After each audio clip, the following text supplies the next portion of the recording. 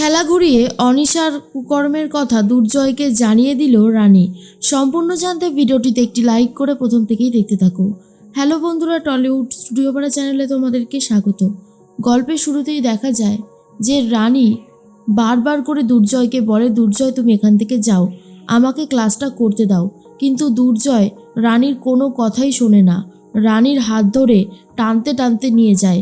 আর রানী তখন প্রচণ্ড রেগে গেছে দুর্জয়ের উপরে আর বলে, তুমি এই কাজটা করতে পারো না এইভাবে, তুমি কেন আমার হাত ধরে টানতে টানতে এখানে নিয়ে এসেছো, বলো কি অপরাধ করেছি আমি? দুর্জয় বলে, কি অপরাধ করেছো মানে? তুমি জানো না তুমি কি অপরাধ করেছো? শোনো রানী, তুমি যা অপরাধ করেছো তোমার অপরাধের না কোনো ক্ষমা হয় না। তুমি আমাদেরকে মিথ্যে বলে এখানে কেন এসেছো? আর ওই ডাক্তার ভূমি চ্যাটার্জি, যাকে আমরা বিশ্বাস করেছিলাম, ভরসা করেছিলাম, তার উপর তোমাকে ছেড়ে তো আমাদের দেখছি খুবই খারাপ হয়েছে। আর কোনোদিনও ওনাকে ভরসা বা বিশ্বাস কোনোটাই করে উঠতে পারবো না। রানী বলে, তুমি আন্টিকে এখানে টানবে না, আন্টি আমার কথা শুনে এই কাজটা করেছে। আর শোনো দুর্জয়, আমি তোমাকে ভালোভাবেই সবটা বোঝাতে চেয়েছিলাম, কিন্তু তুমি বুঝতে চাওনি, তুমি আমার ওপর জোর করতে চেয়েছিলে, তাই আমাকে বাধ্য হয়ে মিথ্যে বলতে হয়েছে।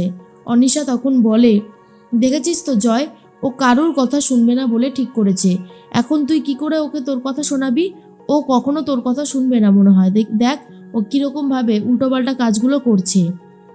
এর মধ্যেই রানী তখন বলে, আর আমিও খুব ভালো মতন জানি দুর্জয়কে তাতিয়ে কে দিয়েছে, সেটা আমার খুব জানা। আর দুর্জয় বলে, দেখো রানী, আমি তোমাকে আগেও বলেছি এখনও বলছি, তুমি কলেজে পড়বে না, একটা বছর অপেক্ষা করতে হলে করবে। কিন্তু রানী তখন বলে, তুমি জানো না ডাক্তারিতে চান্স পাওয়া কতটা একটা কঠিন ব্যাপার, তারপরে চান্স পেয়ে ছেড়ে দেব, এটা কখনো হতে পারে না, কখনো না। তাই আমি কোনোভাবেই পিছিয়ে আসবো না। তোমাকে তো বলেছি সমস্ত রকম প্রোটেকশন নিয়ে তবেই আমি কাজটা করছি, তাহলে অসুবিধাটা কোথায়? দুর্জয় বলে, আমি যখন বারণ করেছি তখন তুমি আমার কথা শুনতে বাধ্য, কারণ আমি তোমার হাজব্যান্ড। রানী বলে, কিসের হাজব্যান্ড তুমি? যে হাজব্যান্ড ওয়াইফের সম্মানের কথা চিন্তাই করে না, এইভাবে সবার সামনে দিয়ে হিড় করে করে টানতে টানতে নিয়ে আসে, তাকে আমি হাজব্যান্ড অন্তত মনে করি না।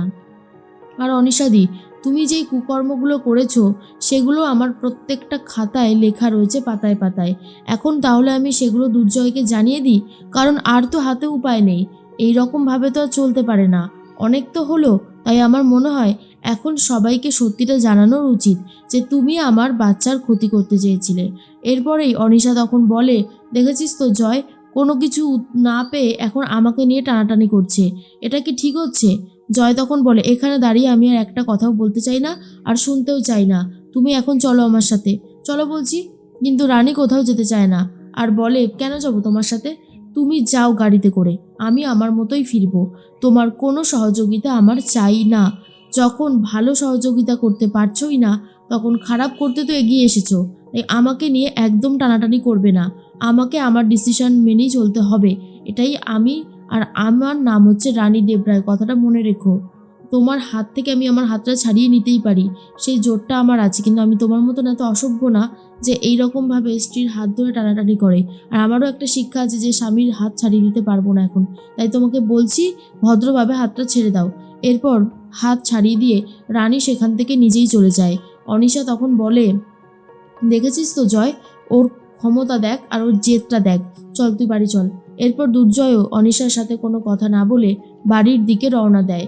অন্যদিকে শুক্লা বলে, আমি আর পাচ্ছি না, এইভাবে চলতে পারে না, ওই ডাক্তার ভূমি চ্যাটার্জি একবার আসুক আমার বাড়িতে, আমি এমন ওনাকে বলবো না যে উনি আর কোনোদিন আসবে না। আমাদের বাড়ির বউকে মিথ্যে কথা বলে নিয়ে গেল। হ্যাঁ, আমি কি বলেছিলাম ওকে নিয়ে যেতে? ছাড়বো না, একদম ছাড়বো না। বিনায়ক তখন বলে, কি হচ্ছে কি শুক্লা, তুমি একটু শান্ত হবে? শুক্লা তখন বলে, কি করে শান্ত হব আমি? আমার শান্ত হওয়ার উপায়টা তুমি রেখেছো?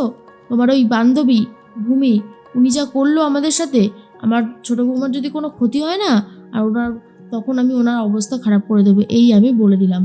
এর মধ্যেই চলে এসেছে দুর্জয়, আর তখনই শুক্লা বলে, জয় ওই মেয়ে কোথায়? ওই মেয়ের সাথে আমার অনেক হিসাব নিকেশ বাকি আছে, কোথায় ওই মেয়ে? বলতে বলতে রানীও চলে এসেছে। তখনই শুক্লা বলে, এই যে রানী, তোমাকে যে আমরা এতবার করে বলছি, তোমার কি কোনো কথা কানে যাচ্ছে না? শেষ পর্যন্ত তুমি এইভাবে চুপি চুপি করে লুকিয়ে চলে গেলে আমাদেরকে মিথ্যে কথা বলে। রানী তখন বলে, আমার ভুল হয়ে গেছে মা, আমি আর কখনো মিথ্যে কথা বলে যাব না।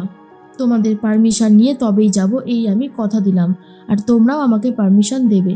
কথাটা শোনার পরে জেঠিমণি বলে, ব্যাস তাহলে সমস্ত সমস্যার সমাধান হয়ে গেল, এখন তো আর কোনো কথা বলে লাভ নেই, তাই না? শুক্লা বলে, ও দিদি, লাভ নেই বলছো কেন? লাভ আছে কি ক্ষতি আছে সেটা তো পরের কথা। রানী কলেজে যাবে না, একটা বছরও বাড়িতে রেস্ট নেবে, এটাই হচ্ছে মেন কথা। কি জয়, আমি ঠিক বললাম তো? জয় তখন একই কথা বলতে থাকে, কিন্তু রানী বলে, আজকে তুমি যেভাবে আমার সাথে অসভ্যতামি করেছো, ক্লাস থেকে টানতে টানতে আমাকে বাইরে নিয়ে গেছো, কি প্রমাণ করতে চেয়েছো? ওখানে থাকা সব স্টুডেন্ট, এমনকি আমাদের স্যাররা তোমাকে কি বলে জানবে যে ইয়াং জেনারেশন, এই ডাক্তার দুর্জয় সেনগুপ্ত তার স্ত্রীর পড়াশোনা বিঘ্ন ঘটাতে চাইছে, তাকে পড়াশোনা করতে দিচ্ছে না? হ্যাঁ, তোমার ইমেজটা থাকবে তো দুর্জয়? তখনই জেঠুমণি বলে, সত্যি জয়, তুই সব কিছুতে বাড়াবাড়ি না করে কিছুতেই শান্ত হতে চাস না। এরপরে রানী বলে, আমি পড়াশোনা করব, আমাকে পড়াশোনা করতে হবে।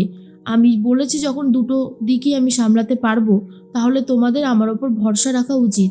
সেখানে তোমরা আমাকে ডিমোটিভেটেড করে দিতে পারো না, জোর করে টেনে আনতে পারো না, কোনো অধিকার তোমাদের নেই। এই কথাটা ভালো করে কান খুলে শুনে রাখো।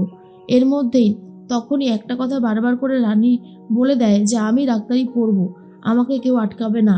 জেঠি তখন বলে, ঠিক আছে রানী, মাথাটাকে এখন একটু ঠান্ডা করো, যাও গিয়ে হাত পা ধুয়ে নাও, আমি তোমার জন্য খাবার বাড়ছি। রানী তখন বলে, থাক জিম্মা, আমার এখন খাবার খেতে ইচ্ছা করছে না। আর তখনই শুক্লা বলে, তুমি যা শুরু করেছো দেখছি, এখন তো মনে হচ্ছে তোমার বাবাকে ফোন করতে হবে, আর বলতে হবে আপনাদের মেয়েকে আপনারা নিয়ে যান, কারণ ও তো আমাদের কোনো কথা শুনছেই না, তাই না? আর রানী তখন চুপচাপ দাঁড়িয়ে শুনতে থাকে। জেঠিমণি বলে, অনেক তো বললে, তুমিও বলছো, তোমার ছেলেও বলছে, ওকে কি এত কথা বলানো ভালো এখন? তোমরা তো জানো, তাহলে তোমরা কেন চুপ করছো না শুক্লা? তখন আর শুক্লা কোনো কথা বলতে পারে না। এরপর রানী ভেতরে চলে যায়, আর দুর্জয় তখন বলে, রানী তুমি আমার কথাটা একটু মন দিয়ে শুনবে? রানী তখন বলে, না, শুনবো না, আমি আর কোনো কথা শুনতে চাই না। অনেক তো হয়েছে দুর্জয়, প্রত্যেকটা মুহূর্তে তুমি আমাকে কথা শুনিয়েছো, আমাকে ভুল বুঝেছো, আমি আর পারছি না, অনেক হয়ে গেছে, আমাকে দয়া করে তোমরা ছেড়ে দাও, আমি আমার মতো থাকতে চাই। এরপর রানী নিজের জামা কাপড়গুলো আর বই খাতাগুলো গুছিয়ে নিতে চায়। দুর্জয় রানীর কাছে আসতে চাইলে রানী বারণ করে, আর বলে, না, একদম তুমি আমার কাছে আসবে না, একদম না, আমাকে আমার মতো থাকতে দাও। আমি আজকে থেকে বিনু আর পুনুর সাথেই থাকবো, ওদের সাথে থাকা অনেক ভালো, আমি তোমার কাছেও আসতে চাই না, তোমার সাথে থাকতেও চাই না। অনেক ইনসাল্ট করেছো আমাকে, আমার স্বপ্নগুলোকে এরকমভাবে ভেঙে দেওয়ার অধিকার তোমার নেই। আমি ঠিক আমার নিজের পায়ে দাঁড়াবো, দেখো, একটু সময় আমাকে দাও, বলেই ঘর থেকে বেরিয়ে যাচ্ছে।